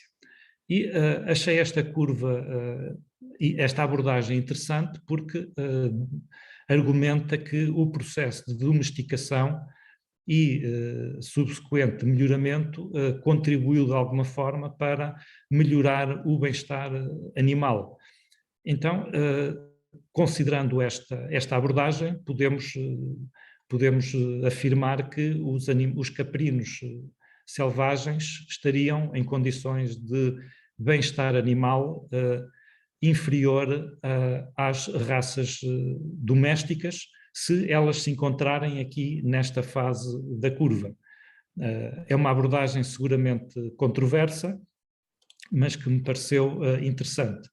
E o racional que se defende aqui é que a intervenção do homem, via domesticação inicialmente e depois processo de melhoramento genético, veio contribuir para diminuir a predação que os animais sofrem em ambiente natural, pode contribuir e contribui para aumentar a disponibilidade do alimento e o homem intervém também no tratamento de feridas e doenças. Isto numa fase da curva que depois se pode seguir um processo de diminuição de bem-estar animal, com o surgimento de novas doenças, com o incremento da eficiência produtiva, aquilo que muitas vezes é designado por alta genética, por alguns sistemas de produção que impedem prejudicam o comportamento normal dos animais, e aqui agora poderíamos cruzar isto com todos aqueles indicadores de bem-estar que foram abordados no início. Então, penso que seria importante pegar aqui nesta ideia e tentarmos perceber em que ponto da curva do bem-estar animal se encontram as várias raças caprinas portuguesas e, inclusivamente, utilizar aqui o melhoramento genético associado a indicadores de bem-estar animal como uma estratégia a implementar, porque tem um bom acolhimento na sociedade e poderemos procurar que este bom acolhimento se traduza também na valorização dos produtos que resultam da atividade da caprinicultura, sejam eles laticínios, carne ou outros produtos que os caprinos produzem para a sociedade. E, sobretudo, esta valorização dos produtos e contribua para garantir condições para que os criadores permaneçam na sua atividade e que surjam novos criadores, porque a preservação de qualquer raça e o melhoramento de qualquer raça depende sempre do criador. E agradeço a atenção dispensada, mais uma vez agradeço o convite que me foi feito e estou disponível para questões, mas sobretudo estou disponível para alguma discussão sobre estes temas. Muito obrigado. Muito obrigada, Dr. Mário. Passaríamos então aqui à fase de perguntas. Eu começaria já aqui pela Mariana Tavares, eu vou-lhe dar aqui acesso, porque ela colocou aqui está aqui. Mariana, terei um convitezinho para entrar como palestrante. Eu penso que conseguirá, já cá está.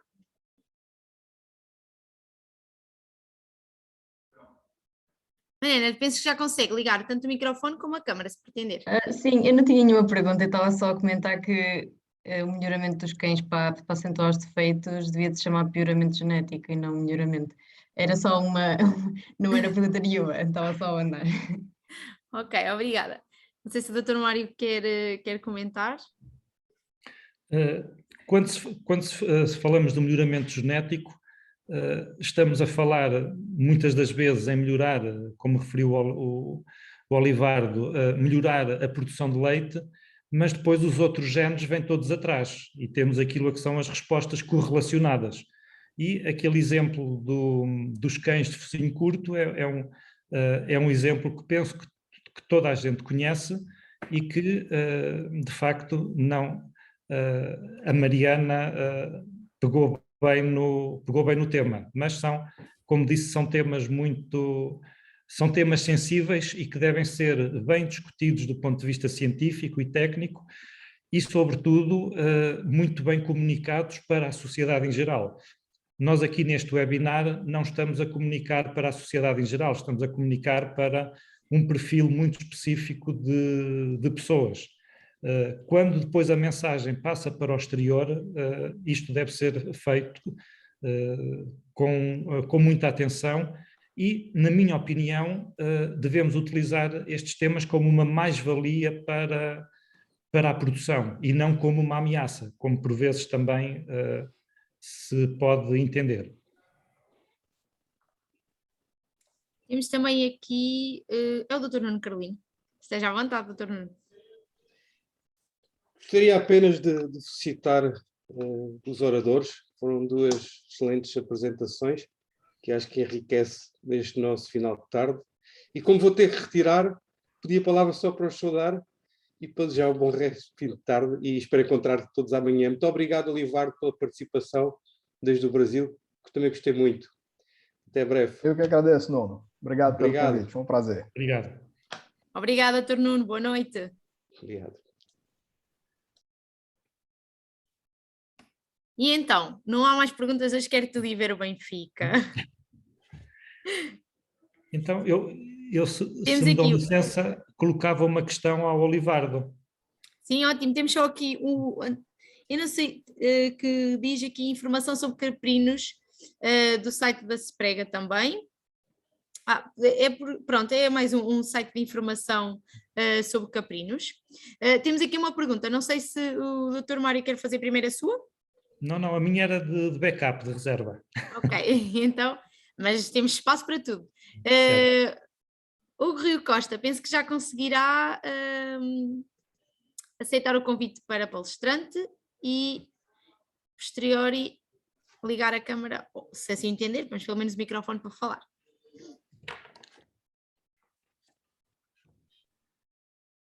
Já conseguem ouvir? Sim, perfeitamente. Ok. Pronto, a minha pergunta é muito simples, é para o professor Mário Silvestre, sobre uma das questões que ele fez naquele pequeno, Quem Quer Ser Milionário da Caprinicultura, que é a seguinte, e repetir a pergunta, devolver a pergunta ao professor Mário, que é, das 6 raças de caprinos em Portugal, qual é que acha ser a mais indicada para recolher os indicadores de bem-estar animal que possam ser usados num programa de melhoramento genético? Obrigado pela pergunta, Hugo, e penso que sei qual foi a resposta que ele deu no caso de qual era a raça que tinha melhores indicadores de bem-estar. Por acaso deve estar a pensar mal, mas pronto.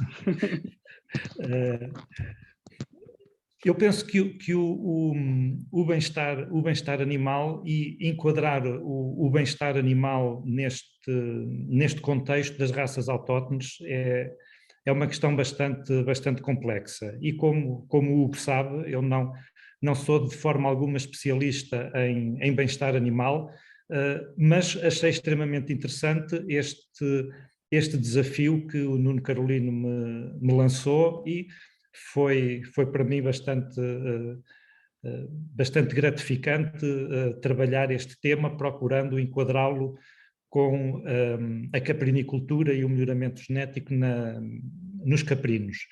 E a minha opinião é que, em termos de marketing, que há aqui uma oportunidade de utilizar alguns indicadores do bem-estar para defendermos que temos sistemas de produção em que, utilizando aquela curva do bem-estar animal que apresentei, em que temos animais com níveis de bem-estar animal inclusivamente superiores aos animais que estão em ambiente selvagem. Porque há muita confusão, digamos assim, em termos de opinião pública, sobre muitos destes conceitos. Esta seria uma abordagem, digamos assim, ver aqui uma oportunidade para valorizar o produto da caprinicultura. Depois, o que me surpreendeu na pesquisa foi, eu estava à espera de que, em termos de trabalho científico, de encontrar mais trabalhos científicos já desenvolvidos nesta área. E penso que haverá aqui também alguma oportunidade, digamos assim.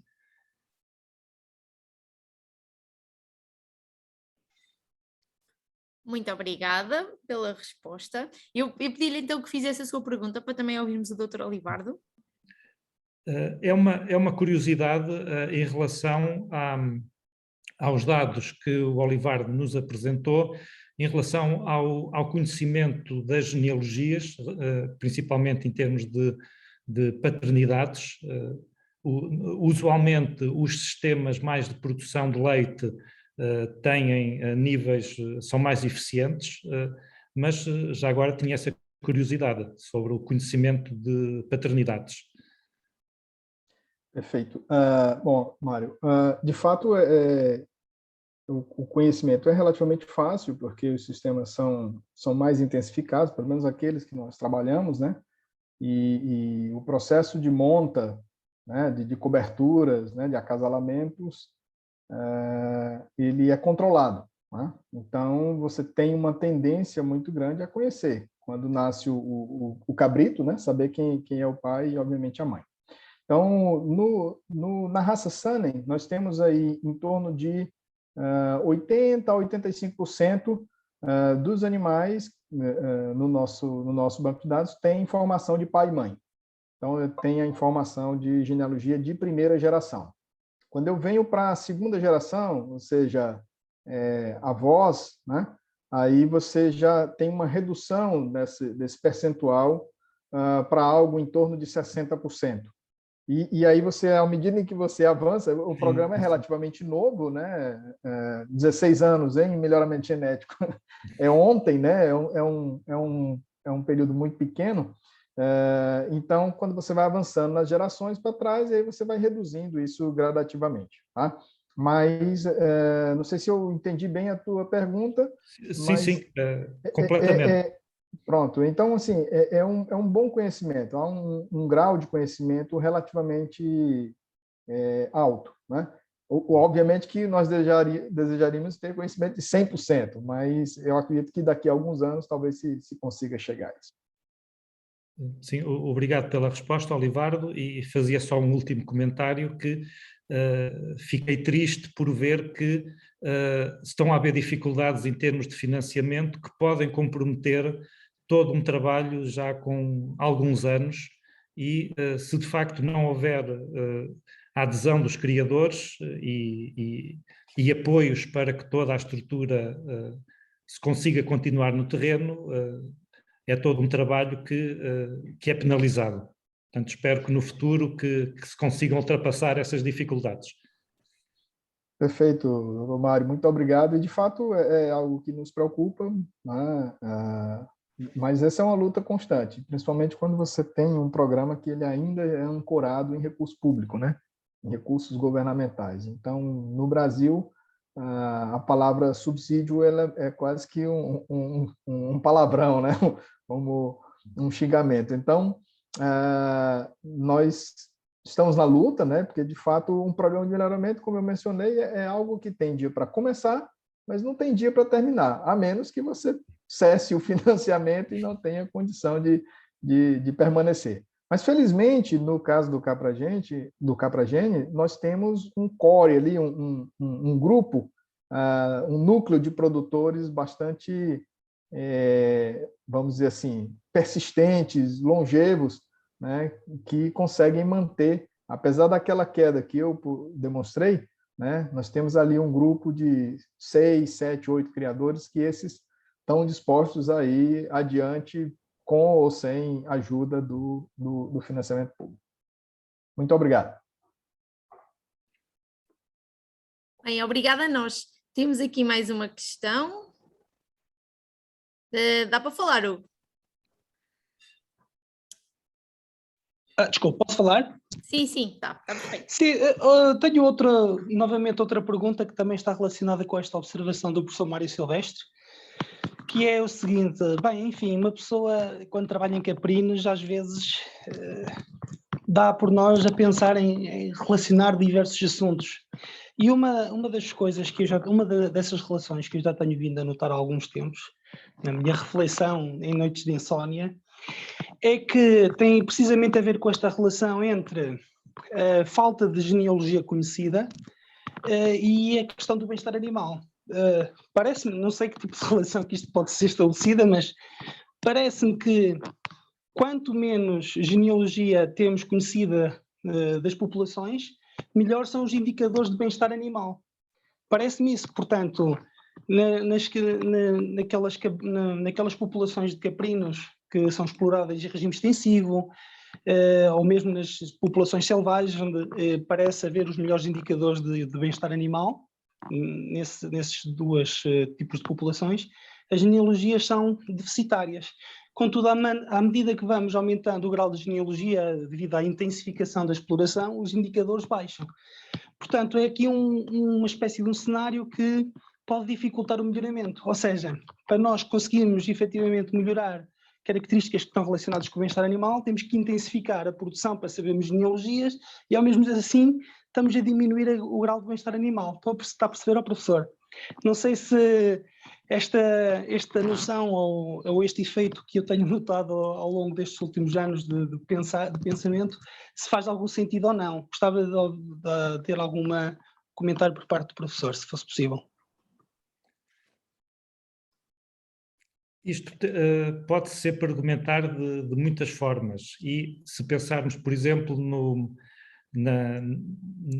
nas 5 liberdades, logo a primeira é o livre de fome e sede, se calhar, Hugo, em sistemas menos eficientes, ou se quisermos mais extensivos, eu prefiro dizer menos eficientes, esta liberdade poderá ter mais dificuldades em se concretizar do que em sistemas de caprinos, os ditos mais eficientes, sejam de carne ou de leite, em que os animais estão estabulados. Como digo, são temáticas muito interessantes e que devem ser discutidas ao nível académico, ao nível técnico, mas sempre também com muita atenção na forma como estes temas depois são comunicados para o exterior, para a sociedade. Porque, como vimos, e em Portugal eu tenho sentido muito esta pressão nos últimos tempos, quer pela sociedade em geral, quer inclusivamente pelos alunos que vão chegando aqui mesmo a cursos em que se esperaria outra abordagem. A questão do bem-estar animal é uma questão muito, muito sensível e eu gostaria de estar numa sessão presencial e não num webinar, porque iria-me também sentir muito mais à vontade para debater com outra intensidade estes assuntos. Mas preocupa-me o rumo que, não sei como é que é a situação no Brasil, mas o rumo com que em Portugal estas questões do bem-estar animal e da produção animal e da produção de alimentos, da sustentabilidade, etc., o rumo que está a seguir. E o meu pensamento é que devemos procurar sempre que possível transformar estas dificuldades em vantagens. E no caso da caprinicultura, eu penso que há aqui uma há aqui uma oportunidade que pode ser explorada, mas também em qualquer outra espécie zootécnica que se aplica exatamente a mesma coisa. Nós, se queremos produzir alimento para a humanidade, nós temos que ter produções que sejam eficientes, inclusivamente para libertar o espaço disponível para depois para as outras produções mais extensivas e inclusivamente também para os ecossistemas naturais. Isto está tudo interligado e deve ser visto o mais possível de uma forma holística e não de uma forma isolada. A população é cada vez mais urbana e menos rural. Provavelmente isto também explica muito do que se passa atualmente. Agora, urbanos ou rurais, todos necessitamos de alimentação e muito passa por aqui, pela capacidade de termos alimentos para a população. Alguns de nós podem escolher, têm poder económico para isso, outros não têm e precisam e é importante que existam alimentos de valor económico mais reduzido, que, como todos sabemos, só se podem produzir nos sistemas de produção eficientes, ou se quiserem, intensivos. Espero ter respondido à questão, Hugo.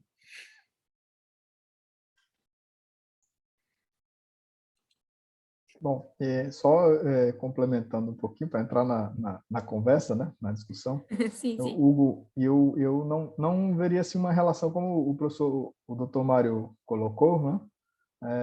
A questão do bem-estar animal é bem mais complexa, né? Com várias dimensões, então eu não conseguiria estabelecer assim, uma relação mais direta entre essa questão do bem-estar animal e a questão do conhecimento das genealogias, né? Obviamente que nesses sistemas mais extensivos você tem uma dificuldade maior de controle de genealogia, mas eu não sei como que está essa situação em Portugal, mas eu acredito que talvez não agora, mas muito em breve, você ter o conhecimento da genealogia vai estar muito mais acessível a partir de testes de DNA, de marcadores moleculares, do que, por exemplo, você ter controle de monta e divisão de piquetes nas propriedades, etc., para você ter esse tipo de controle. Então, eu gostaria só de colocar esse ponto, porque eu não sei se isso já é uma realidade, mas acredito que muito em breve esse controle de genealogia vai estar muito facilitado, né, por essa ferramenta, à medida em que os exames de DNA eles estão cada vez mais acessíveis, né, em termos de custo de se fazer um teste de paternidade por marcadores moleculares. Então, eu acredito que essa é uma coisa que, se não é realidade, ela está se avizinhando.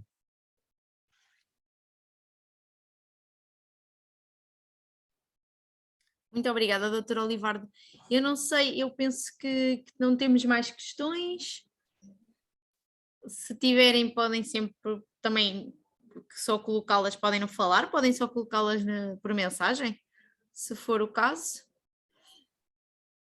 Não. Bem, eu acho que o Benfica tem muita influência. Nós vamos ter um jogo de futebol agora, acho que até já iniciou. De qualquer das formas, não. Estou aqui a fazer um compasso de espera para ver se aparecia alguma coisa, mas penso que não. Penso que Dr. Olivardo, Dr. Mário, se não houver nenhum contra, daria então por encerrada a nossa sessão. Não há problema, não se opõem, portanto.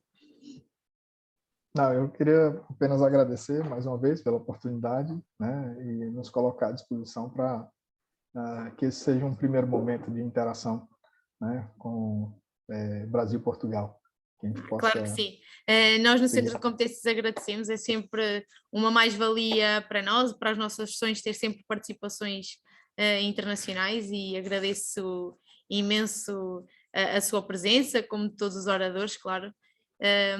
O nosso Centro de Competências é um fórum de partilha e tentamos sempre realizar um conjunto de atividades em várias temáticas da caprinicultura, e tentamos ir buscar um bocadinho de experiências a todo lado para também aprendermos e trocarmos algumas ideias. Portanto, eu daria Perfeito. então... A Embrapa Caprinos de Ovinos é uma unidade, uma das 43 unidades da Embrapa, e essa é dedicada exclusivamente ao tema caprinocultura e ovinocultura. Então, muito nos agrada essa aproximação, né, e estabelecimento de parceria das nossas equipes técnicas aqui da Embrapa Caprinos com o Centro de Competências de Caprino. Muito obrigada pelas suas palavras. Para nós, vamos cobrar, portanto, nós vamos cobrar, vamos ouvir a falar de nós certamente para mais atividades. Nós temos agora mais atividades pensadas a desenvolver agora nos próximos anos, portanto, vou cobrar a sua sugestão e agradeço imenso, em nome do Centro de Competências, agradeço imenso. Temos aqui também o Dr. Pedro Louro, que é da Comissão de Gestão, que certamente partilhará da mesma opinião e pronto, e gostaria de agradecer. Dr. Mário, muito obrigada. Penso que nos encontraremos então amanhã para o nosso último dia do workshop. E pronto, boa noite a todos. Muito boa noite e muito obrigado. Muito obrigada, Dr. Mário. Boa noite, obrigado. Obrigada, boa noite.